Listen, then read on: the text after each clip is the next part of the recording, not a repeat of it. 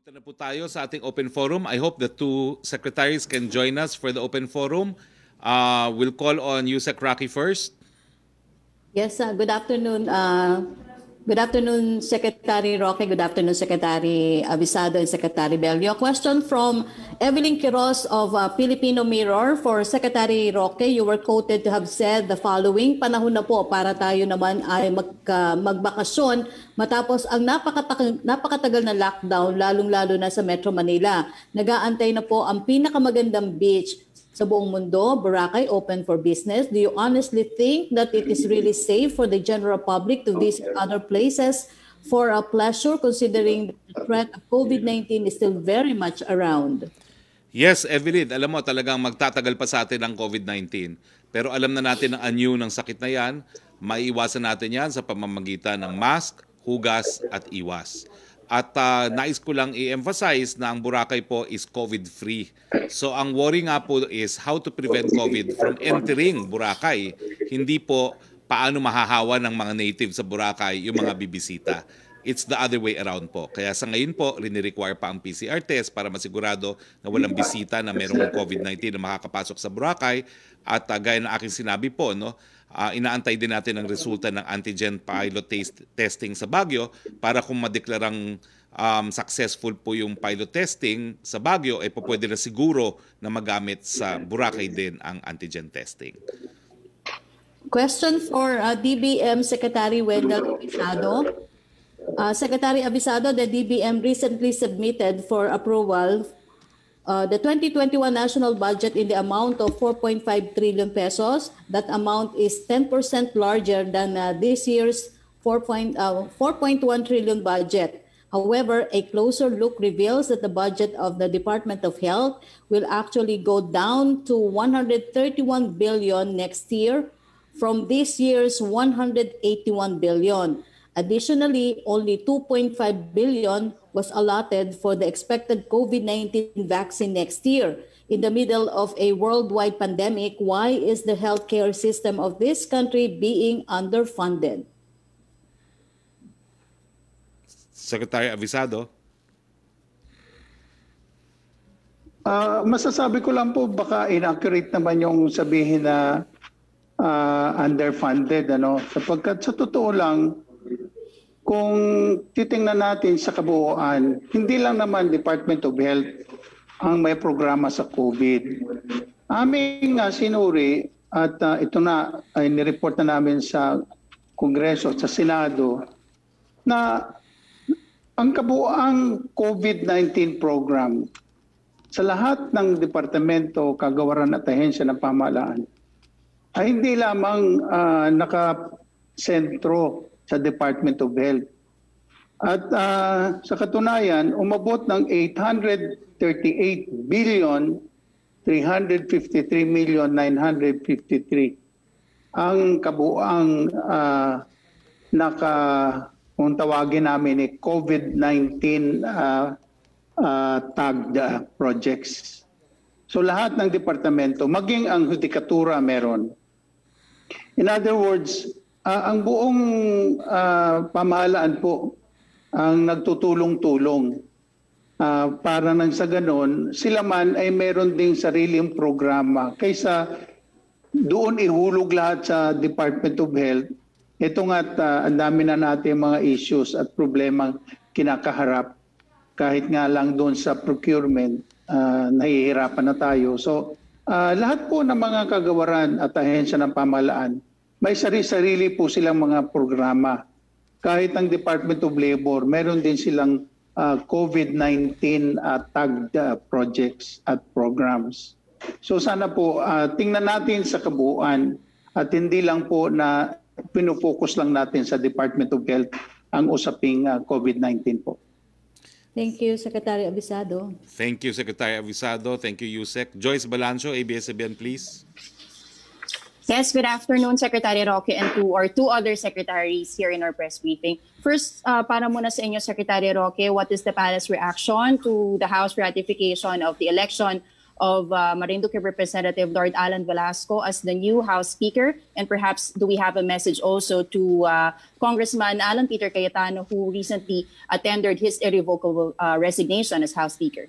Well, consistent naman po ang ating presidente. Ang paghalal po ng mga liderato sa mababang kapulungan ay desisyon ng mga individual na mga representante natin. So we respect the wish of the members of the House of Representatives on who will be their speaker. No? And if it is true that it has been ratified, then so be it. In Avellino versus Cuenco, the Supreme Court ruled that only the members of the House and the Senate can determine their leadership. Good luck to those elected, and congratulations to those elected by their peers in the House of Representatives. I'm just emphasizing kasi sabi mo nagkaroon na ng ratifikasyon, no?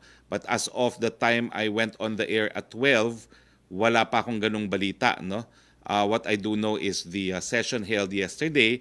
Now, I also know that si Congressman Cayetano apparently had a Facebook Live, no, where he apparently resigned, no.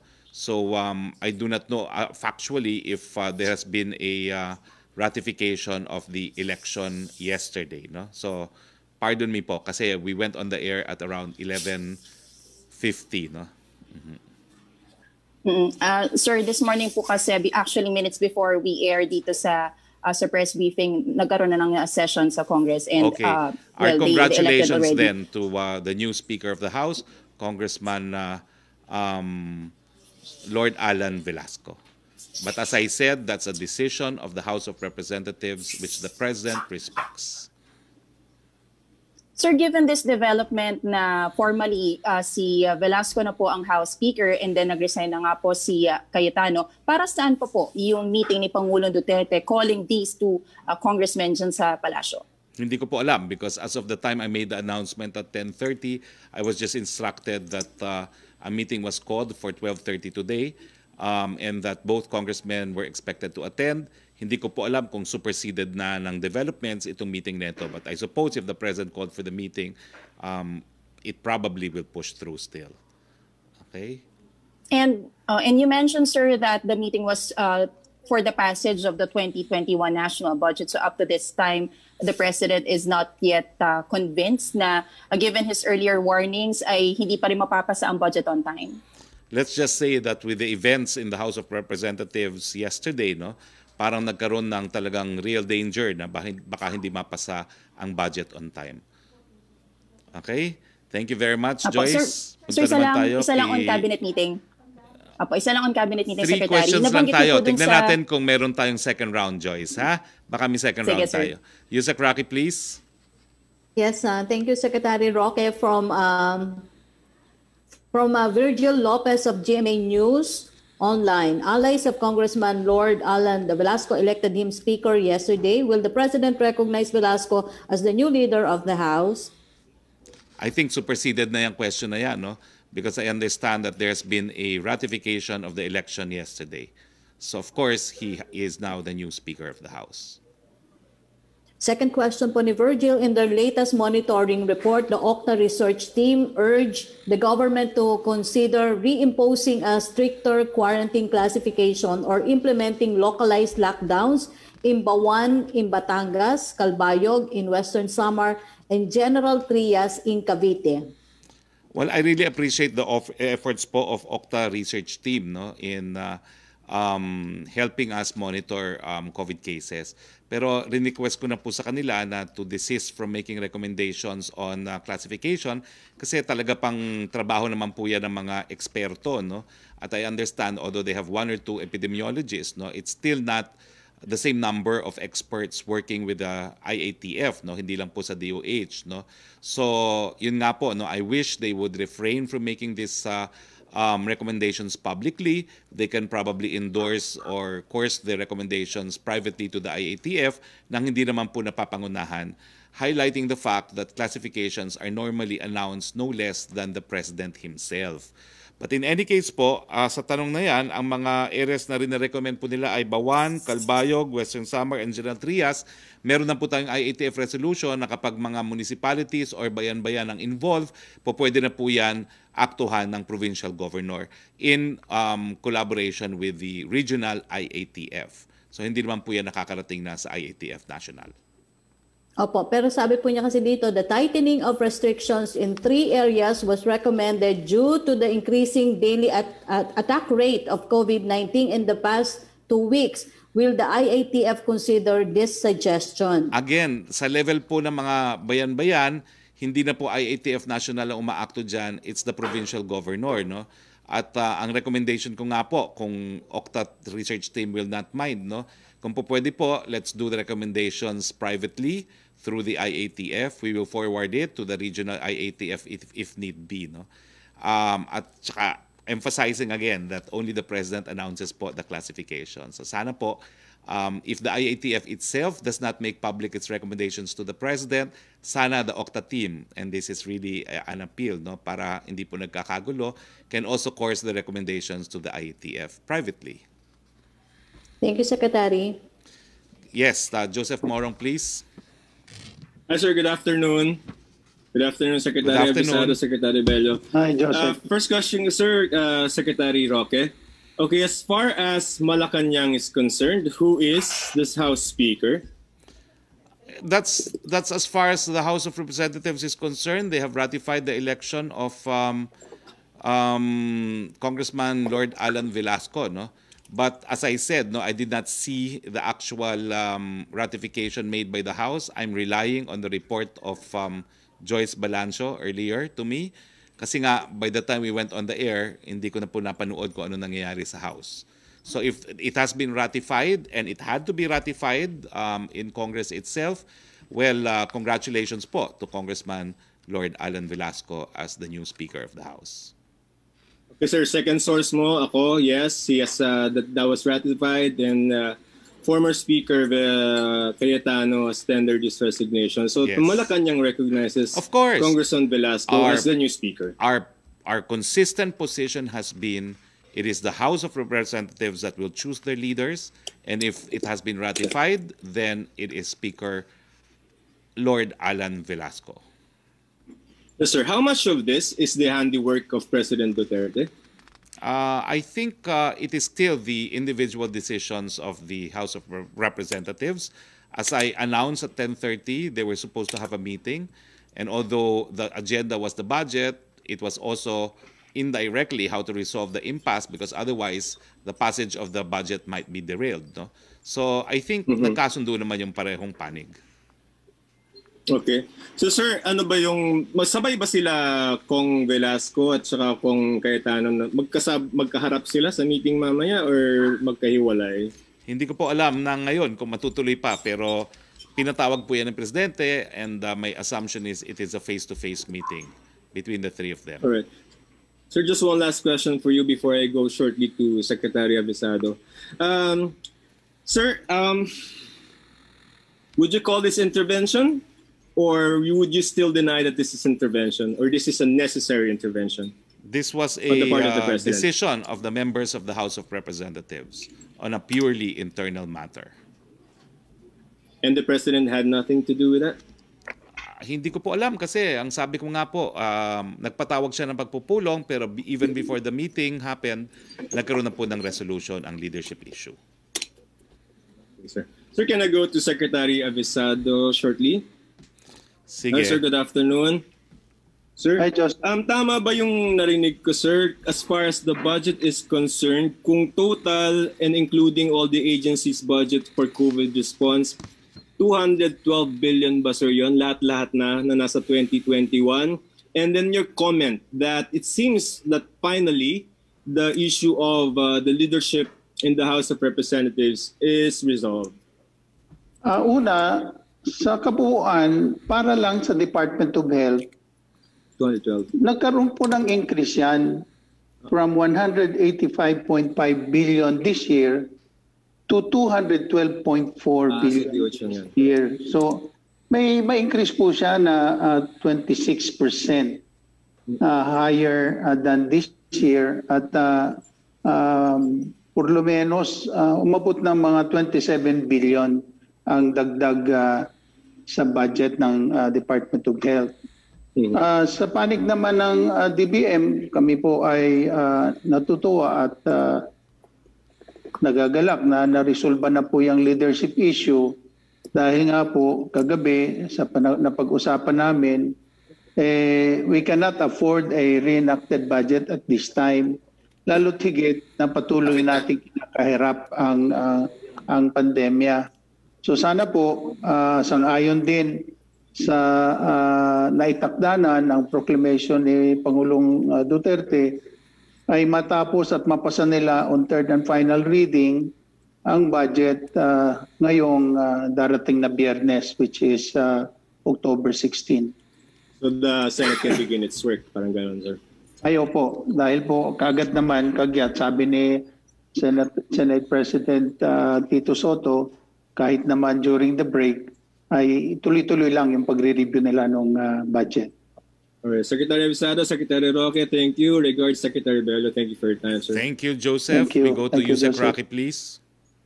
Okay, Secretary, from Chris Jose of Remate, yung daw pong pag-imbita po ba ng PCOO sa kanilang laging handa briefing kay Congressman Velasco ay pagkilala na bilang bagong speaker na mababang kapulungan ng Kongreso at si Congressman Cayetano ay dating House Speaker. Mutin academic na po. Speaker na po talaga si Speaker Lord Alan Velasco. Opo. Secretary, basahin ko na lang po yung second question ni Chris Jose. Sinabi po ni Congressman Cayetano na hindi raw po kikilalanin ng mayorya ng mga mababata si Marinduque Representative Lord Alan Velasco bilang bagong House Speaker dahil peke ang idinaos sa sesyon at paghalad dito ng kanyang mga supporters bilang isang dating mambabatas at isang abogado. Sang-ayon po ba kayo sa sinabi ni Congressman Cayetano? Paano niyo po ilalarawan ng tila pagkakaroon po ng dalawang speaker sa Kamara? Sinabi po ni Congressman Cayetano na kapag iginit daw po ng kampo ni Velasco ang pagiging speaker nito at mga ginawa ng kanyang kampo ay mistulang banana republic na po ang bansa. Mutin academic na po yan na i-ratify na po ang eleksyon kahapon kaninang umaga. Salamat, Secretary. Trish Terada, please, CNN. Hi, good afternoon, Secretary Roque. Good afternoon din po kay Secretary Abisado at Secretary Bello. Sir, dito po sa nangyayaring mga kaganapan sa Congress, how would you assess the weight of the President's address recently and this leadership overall, sir? I think the message was received by everyone that the President really needed the early passage of the proposed 2021 budget. Kung hindi po siguro dahil dito, lalo pang napahaba yung agawan sa pwesto. No? Pero the President, I think, made it very, very clear that at the time of COVID, hindi po pwede maantala yung budget niya para maging kasagutan dito sa pandemyang ito. And we thank the House of Representatives for that. So, kumbaga po, sir, itong mensahe ni Pangulo, this triggered all the movements. Kumbaga, it caused an action on the part of lawmakers, you think? I cannot read their minds, but I think the message has been received that the priority is the budget, not politics. Mm-hmm. Sir, dito lang po ulit sa nangyayari sa Congress, no? Isn't the whole gathering, the number of people and the way videos and pictures would show us, walang mga distancing, some people sometimes even don't wear masks. Hindi po ba to a violation of the quarantine protocols? And if it is, what does this say about our leaders, clearly violating protocols, if ever? I leave it to the House of Representatives to address. Napakahirap naman po that the President, being a co-equal branch, will interfere even with the manner by which the House of Representatives met. No? So we leave it to them po. Highlighting na kinakailangan lahat po ng mga namumuno sa bayan dito ay iisa po ang boses pagdating sa mask, hugas at iwas. But on the part of IATF, will someone be held liable for quarantine protocol violations here? We leave it na po to the House of Representatives kasi pati po yung issue ng pananagutan, accountability, the members of Congress can only be held accountable by their peers. Yan po ang consistent ruling ng ating Korte Suprema. Kaya Sir, meron siguro po last na silang po, still House Ethics Committee. Apo. Sir, siguro po last na on this leadership Can issue. can we go back siguro sa round 2, no? Kasi we're enforcing the 3 questions rule. So we'll go back to you if we have time. Yusek Roque, please. All right. Thank you, Secretary. Thank you very much, Trish.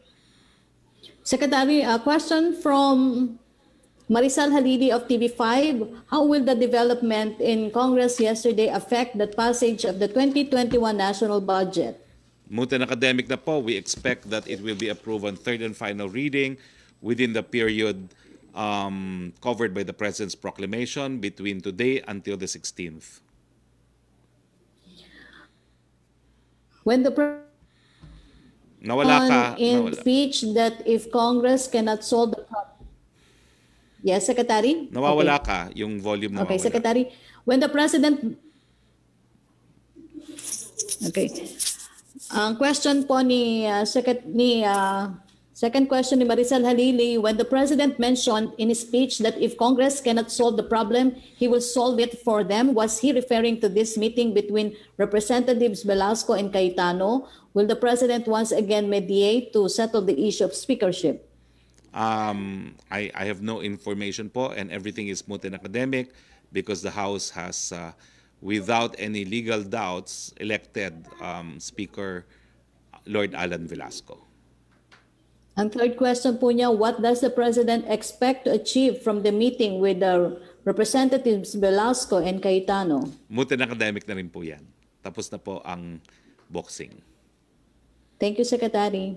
Thank you very much, Yusek. Melo Acuña, please. Good afternoon, Secretary. Katatapos pa lamang po ng forum ng FOCAP with General Gilbert Gapay.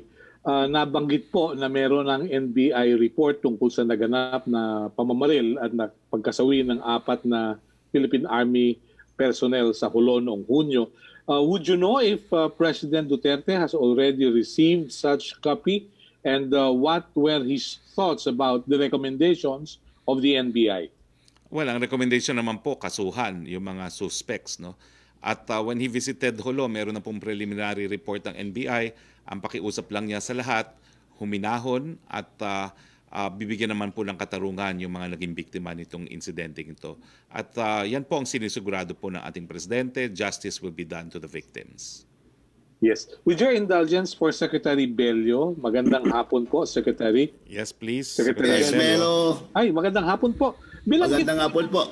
Bilanggit po ng World Bank doon sa kanilang survey na isa sa bawat 2 kumpanya ang nagbawas ng kanilang kawani. Ano po kaya ang bilang ng mga nawalan ng trabaho dahil sa COVID-19 sa ating bansa? Okay, thank you, Melo.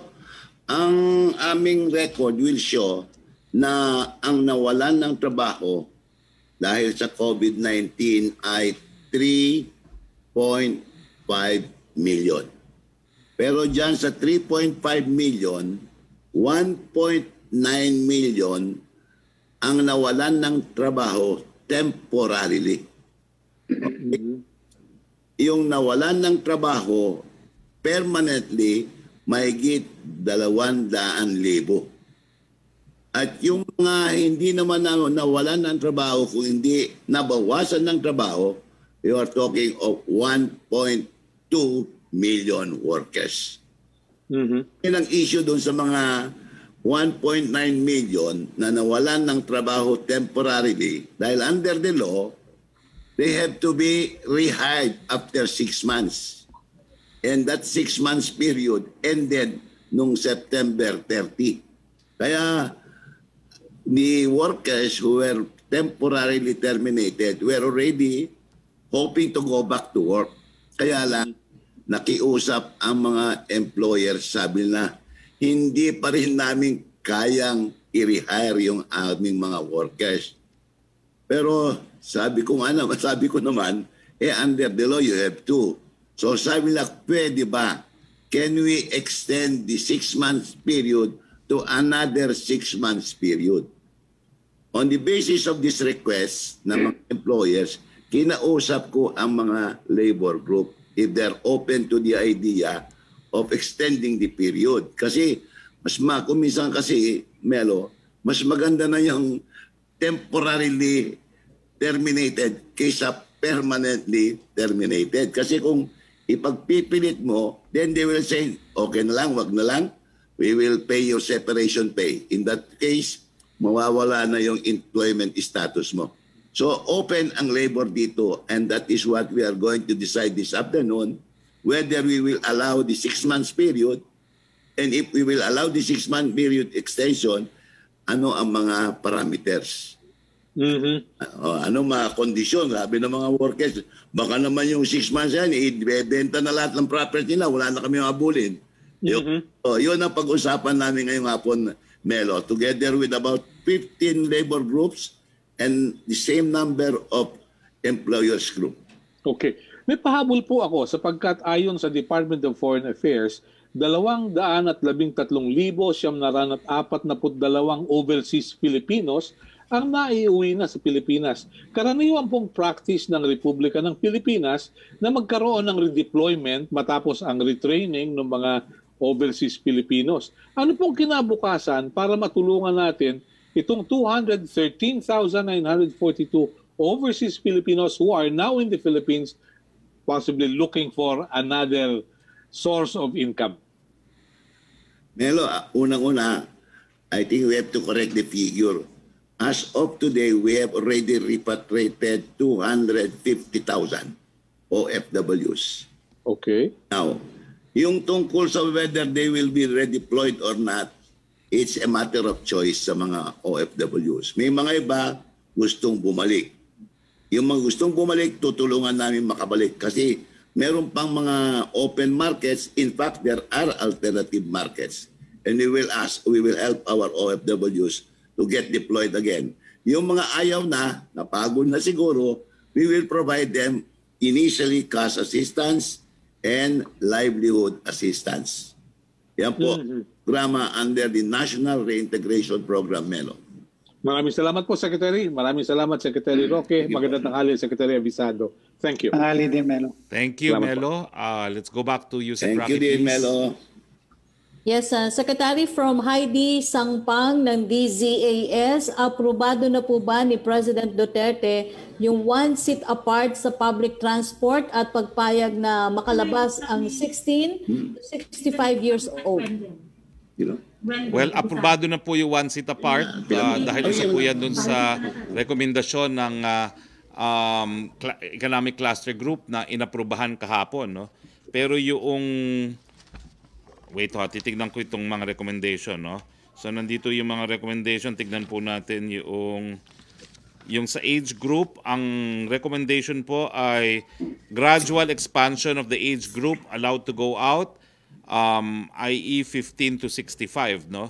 So I suppose hindi po in-specify kasi sa recommendation kung 15 to 65 na ang recommendation, no? But it was part of the recommendation, so nakasulat po kasi dito EG 15 to 65. So it is now approved, no? It is approved because it was a recommendation approved by the entire cabinet. Okay? Okay. And second question niya po, ano daw po yung oras ng talk to the people bukas ni President Duterte? Alam niyo naman po kung kailan matapos po yung pagpupulong, tsaka po i-ere yung mensahe. Okay. Pia Renada, please. Hi, sirs. Good afternoon to all the cabinet members present. Hi. Good afternoon. Yes po. So for Secretary Roque, just for on the record, sir, did the President have anything to do at all with convincing lawmakers in the House to vote for Speaker Velasco, or did Speaker Velasco do everything, lobby for votes all on his own? The President was consistent from the very beginning. It's an internal matter of the House. But certainly when there was an impasse, and there was an impasse when we had the events yesterday, he called for both, no, at 12:30 today.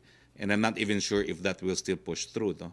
So I think it is fair to say that the President respected the separation of powers and allowed the members of the House to vote for whomever they want to vote as their Speaker. Okay, so he had no part in convincing them to side with Velasco. Kasi sir, parang may change of heart, diba? From 184 with Cayetano, some of them went to Velasco. So parang they were convinced somehow to change sides? Not the president po. Not on the part of the president. All right. Going on naman, sir, to the developments in the cabinet meeting. Sir, the decision on one seat apart, may we know what was the science used as basis for this rule? Because, sir, diba, technically seats differ in sizes. So if you want to be philosophical about it, sir, diba, some people, the distance will not be standard because nag-iiba-iba po yung sizes of seats, and then so the 1 meter rule here is thus put into jeopardy. And we also know that some cabinet officials weren't supportive of reducing the 1 meter requirement. So, sir, may we know the discussion on this? Was there a debate that ensued on this rule, and what was the basis for this rule? Hindi na po kasi mainit na napag-usapan itong 1 meter rule to 0.75. Napakatagal po ng pagpupulong ng ITF tungkol dito. Hindi na po inulit yung pag-uusap dito muli. Although kahapon, nandun po yung mga eksperto. Meron pong eksperto galing sa grupo ni Dr. Dance. Merong eksperto galing naman sa grupo ni Secretary Cabral. At hindi na nga po nadinig ang expert except for one, but the President cut short the expert who was giving her opinion kasi parang tapos na yung meron ng consensus on the issue. So I guess I'm answering that as far as the reducing the 1 meter distance is concerned, it was arrived at as a matter of consensus, and it is based on science. It is based on studies which Dr. Dairit presented to the IATF. I do not have the study before me right now, but I can text to you the study cited by Dr. Dairit. So, sir, what was it that convinced the president and cabinet officials like si Secretary Anyo and Duque, who weren't for the reduction in distancing? What convinced them finally to change their mind about it? Well, the fact that we needed really to open the economy because the lockdowns have been causing poverty and malnutrition on the part of our children. And the fact that we have the 7 commandments, no? Now, if you wear a mask, you wear a face shield, you don't speak, you don't eat, may proper ventilation, yung frequent and proper disinfection, walang asymptomatic passengers, at saka yung meron pa ring social distancing, this will reduce the risk of acquiring COVID-19 in public transportation. Okay, and then sir, last question. Sir, what the cabinet decided na last resort na lang po yung changing the quarantine classifications of regions. So does it mean, sir, that Metro Manila will stay under GCQ for an indefinite period of time? Wala na po yung mga changing every month. And what exactly does last resort mean? What are the parameters for saying that we have now reached the point where we have to change the classification of a certain region? Well, I think by last resort is meant last resort. Common meaning of last resort. Kung wala na po talagang magagawa, tsaka tayo magre-resort again to lockdowns. Pero for now, the strategy remains granular and localized lockdowns. Okay, thank you, Pia. We go now to Yusek Roque. Secretary, questions from Jenaline Cabiling of Manila Bulletin on the cabinet approval of economic clusters. Recommendations, what are the priority areas where COVID cases must be managed? Siyempre kung saan yung mga lugar na matataas ang attack rates, no? At saka titignan din po natin yung critical care utilization rate ng lugar. So pinalitan lang po natin yung case doubling type ng attack rates, tapos tinitignan pa rin po natin yung critical care capacity. Second question po niya, when will the government enforce the one seat apart rule in public transportation, shorter curfew hours, gradual expansion of business capacity? Will this still require resolution from IATF? Isn't the government concerned easing lockdown measures might lead to a spike in COVID cases? Hindi po. Unang-una, it will be effective upon publication po in the official gazette, no? Hindi na po kinakailangan ng IATF meeting yan kasi it was a full cabinet meeting, no? Pangalawa po, hindi naman po, no? Dahil tingin ko after 6-7 months of lockdown, alam na natin ang gagawin. Mask, iwas, hugas. Thank you, Secretary. Thank you, Yusek. Mela Lesmores, please. Secretary Roque, may first question po. Nasabi niyo bukas ay may meeting nga si Pangulong Duterte at public address. Ano po kaya yung mga tatalakayin sa meeting niya with IATF na hindi pa natatalakay sa full cabinet meeting? Well, yung ulat sa bayan naman po, primarily tungkol po yan sa COVID-19 eh. and our responses to the COVID-19 pandemic. So pareho pa rin po. Opo. Can I go to Secretary Abisado, please, sir? Yes, please. Opo. Secretary Abisado, para lang po sa kaalaman ng ating mga kababayan, may I ask kung ano po ang comparison kung sa COVID-19 response ng pamahalaan, kung magkakaroon ng reenacted budget ang pamahalaan at kung maipapasa naman on time ang proposed 2021 national budget. Ay opo, kung maipapasa natin ang 2021 budget, edi hamak na wala tayong masyadong problemahin na usapin patungkol sa COVID-19 dahil nakalatag na po lahat yung mga programa at proyekto at mga nagagawin pa nating pagsisikap para nga po maibsan ang epekto nito, lalo tigit sa ating ekonomiya. Sa kabilang dako, kung ito naman ay maantala at hindi maipasa on time, eh di pag nag-reenacted budget po tayo, mahihirapan po talaga tayo dahil hindi tayo makakapag-implement ng mga projects na nakapaloob sa National Expenditure Program for next year. Ang tanging magagawa lamang natin ay magpasahod at yung continuous operation natin, ang MOOE, pero pagdating sa capital outlay, at lalo tigit doon sa pagbibili na kung ano yung mga pangangailangan dahil sa patuloy natin na pinagsisikapan nga na maibsan ang dulot nitong pandemya ito ay hindi po mangyayari yan. So talagang mahihirapan po tayo talaga. Sobrang hirap. Kaya we cannot afford, as the President was saying, we cannot afford to have a reenacted budget. Opo. Opo. And sir, panghuling tanong na lamang po, with this statement nga po, ano po ang mensahe natin hindi lang sa Kamara, kundi maging Senado when it comes to pagpasa nga po ng proposed 2021 national budget? Alam naman namin po na ang mababa at mataas na kapulungan ay nagsisikap din po sila. At kinikilala po namin ang kanilang pagsisikap at pagtulong sa ating pamahalaan dahil we respect each other's area of jurisdiction and separation of powers. Kaya nga po kami ay umaasa at kaisa naman kami sa kanila at tumutulong na kung ano pa yung po pwedeng gawin para nga po mapadali ang proseso ng pagpasa ng ating budget for next year. At hopefully, ito nga at na-resolve na yung leadership issue, ay tuloy-tuloy lang po sana at umaasa kami na sa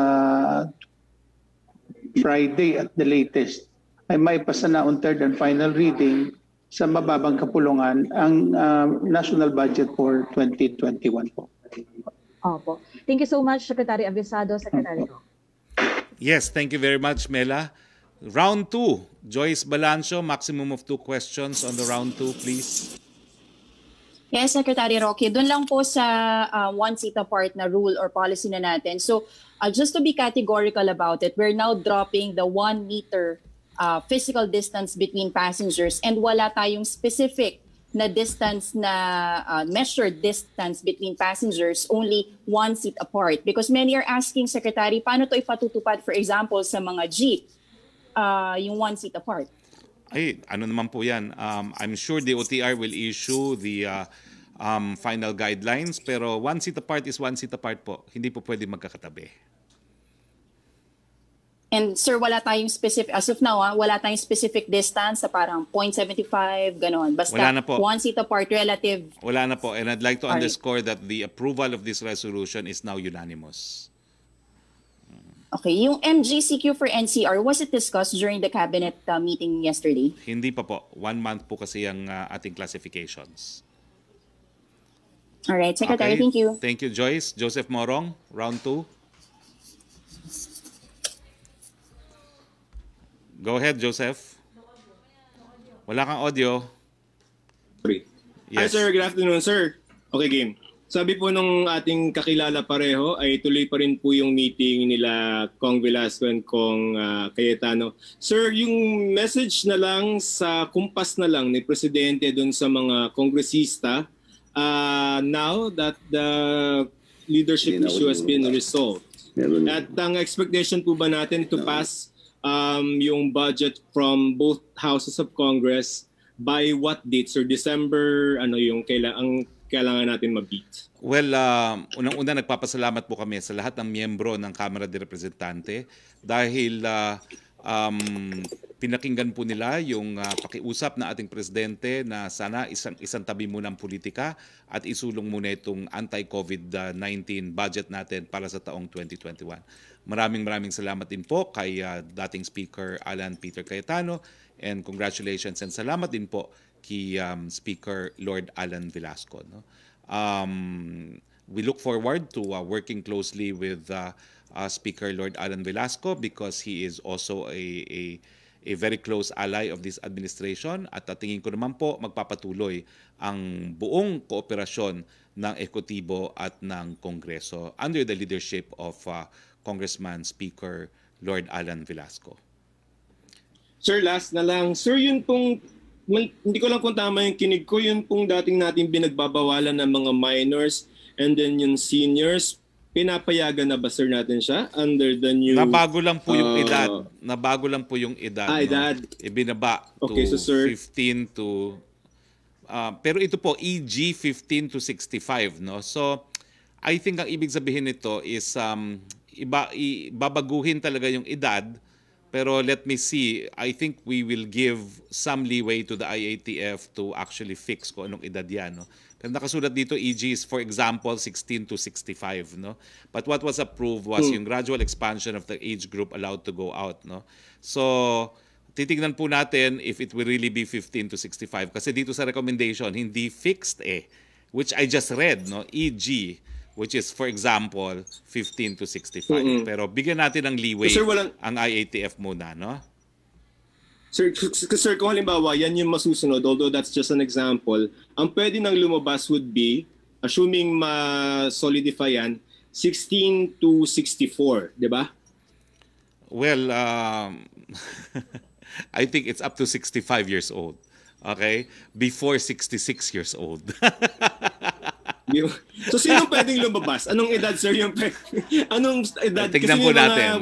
Na... Tignan po natin kung ano magiging deklarasyon ng IATF, pero mababago na po yan. It will not remain to be 21 to 60, right now. I think mabababa yung edad ng kabataan at matataas yung edad ng mga seniors. I think I'm almost sure that 65 will be the age for seniors. Hindi lang ako sigurado at what age for the young people. 65 meaning 65 above can not go out? Except for necessities. And except for Boracay. Okay, so tama nga. Okay. So Two tama questions nga, lang, sir. ikaw Kung sobra 16 ka to talaga. 65 ka, pwedeng lumabas 16 to 64. Hindi, antayin na lang po natin sir, sa IATF talaga yan. No? Kasi ang nakasulat dito kasi, this is the confusion. It's EG, for example, 15 to 65. What was approved was the gradual expansion of the age group allowed to go out. So let's leave it to IATF to fix. Okay? Oh, just wait, sir. Thank you, sir. Thank you very much. Trish Terada. Sir, 2 questions short lang. Sir, una, is Malacañang optimistic na mapapasa yung budget given the changes now or given what's happening in the Congress? Or do you think these change in leadership in the middle of budget deliberations will affect the budget pa rin po? Now the President is very optimistic. Na mapapasa po? Na mapapasa po yan. Kasi naisang tabi na nga po yung politika and they can now concentrate on passing the budget in the House. Sir, final question. Napag-usapan po ba kagabi sa cabinet meeting? Kasi I remember yung DOH wrote a suggestion to President Duterte na standardize po yung cost ng PCR testing para mas mapababa or para mas abot kaya ng lahat yung presyo ng PCR po. Hindi po na-discuss kagabi. Okay. Thank you, Secretary. Salamat po. Thank you very much, Trish. So, kung wala na po tayong katanungan, maraming salamat po sa inyong lahat, sa inyong pagsubaybay sa ating press briefing. Maraming salamat po sa ating mga kasama sa Malacañang Press Corps. Maraming salamat, Yusek Roque. Thank you to our 2 guests, Secretary Avisado and Secretary Bello. And again, sa ngalan po ng ating Presidente, ito po ang inyong Spox Hari Roque. Nagpapasalamat po, lalong-lalo na sa mga miyembro ng Kamara dahil naisantabi po ang politika para po maipasa ang ating pangtaunang budget sa taong 2021. With that, please stay safe, and we'll see you again on Thursday. Good afternoon, Philippines.